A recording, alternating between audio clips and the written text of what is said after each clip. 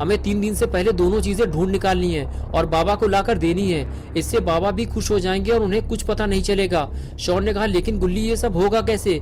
ये इतना भी आसान नहीं होने वाला जितना कि तुम समझ रहे हो। बुल्ली ने कहा, हाँ शॉन, ये आसान नहीं होगा, लेकिन हमें पता लगाना ही होगा कि बाबा का जादुई डंडा किसके पास है, क्योंकि हम सब इसमें फंसे हुए हैं। हम सच जानते हैं लेकिन फिर भी बाबा से छुपा रहे हैं। चलो अब जल्दी गाड़ी में बैठो, घर चलकर हम सबको मिलकर प्लान तैयार करना होगा। और फिर तीनों गाड़ी में बैठकर घर की तरफ जाने लगे। शॉन की उल्टी गिनती अब शुरू हो चुकी है, क्योंकि बाबा ने जादुई मंत्र पढ़ना शुरू कर दिया है।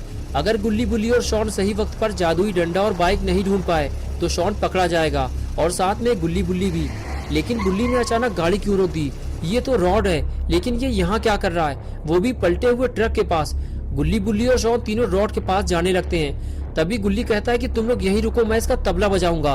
और फिर गुल्ली आगे बढ़कर रॉड के टकली मार देता है। ये देखकर गुल्ली और शॉन को भी मजा आ जाता है। कुछ देर के लिए तो सारा माहौल ही बदल जाता है। गुल्ली बुल्ली और शॉन अपना सारा दुख दर्द भूल जाते हैं। तभी रॉड कहता है कि तुम लोग आज बहुत खुश लग रहे हो, लगता है किसी पार्टी से आ रहे हो। बुल्ली कहता है, नहीं रॉड, ऐसा नहीं है, हम लोग एक बड़ी मुसीबत में फंसे हुए हैं। बाबा लंगोटी लाल की बाइक और डंडा चोरी हो गया है। शॉन उसे चुपके से उठा लाया था हमें बचाने के लिए, वो भी बिना बाबा से पूछे। लेकिन जब ये उसे वापस रखने जा रहा था तभी किसी ने रास्ते में इसे डंडा मारकर बेहोश कर दिया। फिर बाइक और डंडा छीन लिया गया। रॉड ने कहा, इसमें डरने की कोई बात नहीं है, मेरे पास दादाजी का एक पुराना डंडा रखा हुआ है, मैं तुम्हें उसे दे दूंगा और तुम बाबा को दे देना, बस तुम्हारी टेंशन खत्म। गुल्ली ने कहा, हमें किसी अगलू पगलू आदमी का डंडा नहीं चाहिए रॉड, वो बाबा का जादुई डंडा था, अगर वो किसी गलत आदमी के हाथ लग गया तो न जाने क्या होगा। शॉन बोला, सिर्फ 3 दिन का टाइम है रॉड, बाबा ने जादुई मंत्र पढ़ना शुरू कर दिया है, ये पता लगाने के लिए कि उनकी कुटिया से डंडा और बाइक कौन चोरी करके ले गया है। 3 दिन बाद बाबा को मेरे बारे में पता चल जाएगा कि मैंने ही दोनों चीज बाबा से पूछे बिना उठाई थी। रॉड ने कहा, तुम लोग बाबा से सच क्यों नहीं बता देते हो, मुझे लगता है बाबा तुम लोगों को माफ कर देंगे। गुल्ली बोला, हाँ यही तो मैं भी इससे कह रहा था, लेकिन डर के मारे ये बताना नहीं चाहता, इसे डर है कि बाबा इसको गर्म तेल में बेसन लगाकर फ्राई कर देंगे। रॉड बोला, हो भी सकता है यार, बाबा का कोई भरोसा नहीं, जरा जरा सी बात पे मारने लगते हैं, मुझे तो बहुत डर लगता है बाबा से। तभी बुल्ली ने कहा, लेकिन रॉड तुमने ये तो बताया ही नहीं कि तुम इतनी रात में यहाँ क्या कर रहे हो। रॉड बोला, इधर से जाते हुए मुझे ये पलटा हुआ ट्रक दिखाई दिया तो मुझे लगा कि किसी का एक्सीडेंट हुआ है, इसीलिए मैं रुक कर ये देखने लगा और देखते ही मैं पहचान गया, ये ट्रक तो ग्रैंडपा चलाते हैं। रॉड की बात सुनते ही गुल्ली बुल्ली और शॉन के होश उड़ गए। शॉन ने कहा, इसका मतलब कि ये सारा काम ग्रैंडपा का है और यहाँ कोई एक्सीडेंट नहीं हुआ है रॉड, ये ट्रक तो बाबा ने पलटाया है। शॉन और रॉड आपस में बात कर ही रहे होते हैं, तभी खूनी पिग वहाँ आ जाता है।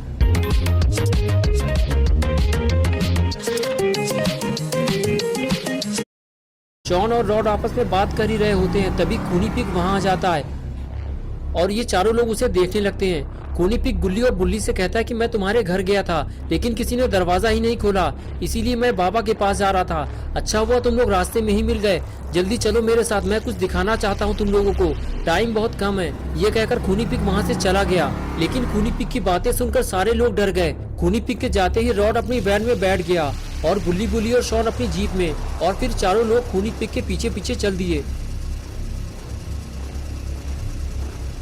खूनी पिग आगे आ गया और गुल्ली बुल्ली जीप लेकर उसके पीछे चल रहे थे और सबसे पीछे था रॉड। कुछ दूर चलने के बाद खूनी पिग अपने जंक यार्ड पहुंच जाता है। खूनी पिग ने अपनी बाइक रोकी और नीचे उतरकर बुल्ली और रॉड को रुकने का इशारा किया। बुल्ली और रॉड ने भी अपनी अपनी गाड़ी रोक दी। खूनी पिग बोला, यही है मेरा कबाड़ खाना, जल्दी आओ अंदर। और फिर खूनी पिग अंदर जाने लगा। गुल्ली बुल्ली और शॉन भी रॉड को लेकर अंदर जाने लगे। आज पहली बार गुल्ली बुल्ली और शॉन को पता चला है कि खूनी पिग कबाड़ का काम करता है, लेकिन वो इस कबाड़ खाने में गुल्ली बुल्ली को लेकर क्यों आया है कि तभी खूनी पिग ने इन लोगों को कुछ ऐसा दिखाया जिसको देखते ही इन लोगों के होश उड़ गए। खूनी पिग बोला, तुम लोग इस सुपर बाइक को तो जानते ही होगे, कुछ देर पहले मिस्टर मीट ये बाइक लेकर यहाँ आया था और उसके पास बाबा का जादुई डंडा भी था और मुझसे कहने लगा इस बाइक को जल्दी अपने जंक यार्ड में कहीं छुपा लो खूनी पिग, बाद में हम इसे बेचकर पैसा आपस में बांट लेंगे, लेकिन ये बात किसी को पता नहीं चलनी चाहिए वरना अंजाम बुरा होगा तुम्हारा, मेरी नजर रहेगी तुम पर। ये कहकर वो यहाँ से चला गया। मैं इसे देखते ही समझ गया था कि ये तो बाबा की बाइक है और ये उसे चुरा कर लाया है। बुल्ली बोला, हाँ ये बाबा की बाइक है खूनी पिग, तुम्हें इसको वापस करना होगा और अगर तुमने इसे वापस नहीं किया और बाबा को पता चल गया तो फिर समझ लो खूनी पिग तुम्हारी डेड बॉडी कब्रिस्तान या शमशान में मिलेगी। ये सुनकर खूनी पिग बोला, मैं इसे तुम लोगों को नहीं दे सकता वरना मिस्टर मीट मेरी जान ले लेगा। बुल्ली, जाओ बुल्ली, तुम लोग जाकर अब बाबा को लेकर आओ। तुम लोगों का ज्यादा देर तक यहाँ रुकना ठीक नहीं है, मेरे साथ साथ तुम लोगों की जान को भी खतरा है। जाओ जल्दी बाबा को लेकर आओ। हम लोगों के लिए मिस्टर मीट से लड़ना आसान नहीं होगा, अब वो और भी ज्यादा खतरनाक बन चुका है। गुल्ली बोला, नहीं खूनी पिग, बाबा आप कुछ दिनों तक हमारी मदद नहीं कर पाएंगे, उन्होंने हमें डिस्टर्ब करने से मना किया है, ये काम हमें ही करना होगा, चलो सब तैयार हो जाओ। गुल्ली खूनी पिग से बात कर ही रहा था कि तभी अचानक से कुछ आवाज सुनाई दी और रॉड अपना सर पकड़कर बैठ गया और इधर उधर देखने लगा। गुल्ली, बुल्ली और शॉन रॉड से पूछने लगे, क्या हुआ रॉड? रॉड ने बताया कि कोई चीज मेरे सर को छूते हुए निकली है। रॉड बता ही रहा था कि तभी दूसरी आवाज ने सबको डरा दिया।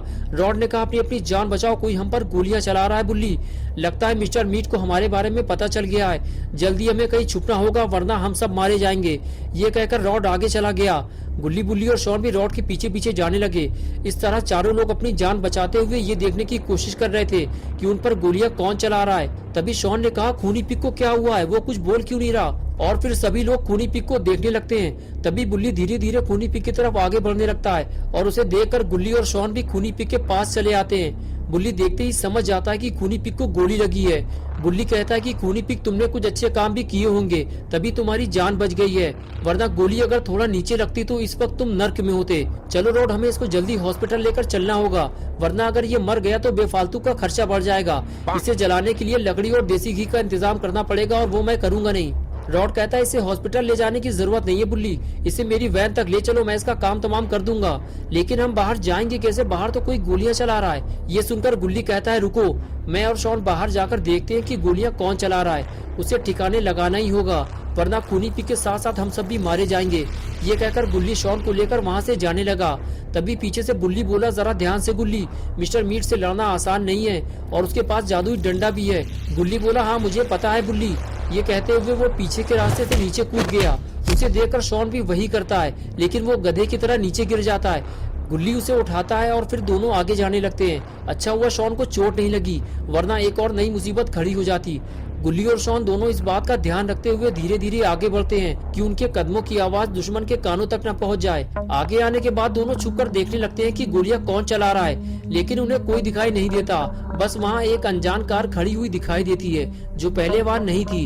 शॉन कहता है, वहाँ तो कोई नहीं है, लेकिन वो कार किसकी है?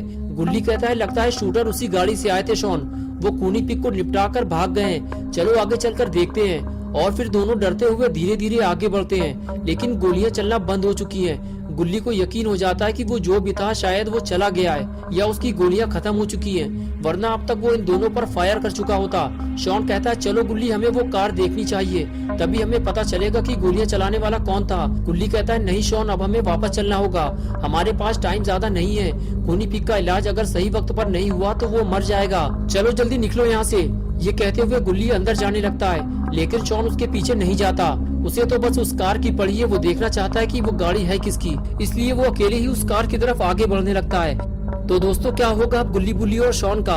क्या शॉन कार देखकर शूटर को पहचान जाएगा या फिर शॉन कोई बड़ी मुसीबत में फंस जाएगा? ये सब हम देखेंगे पार्ट 2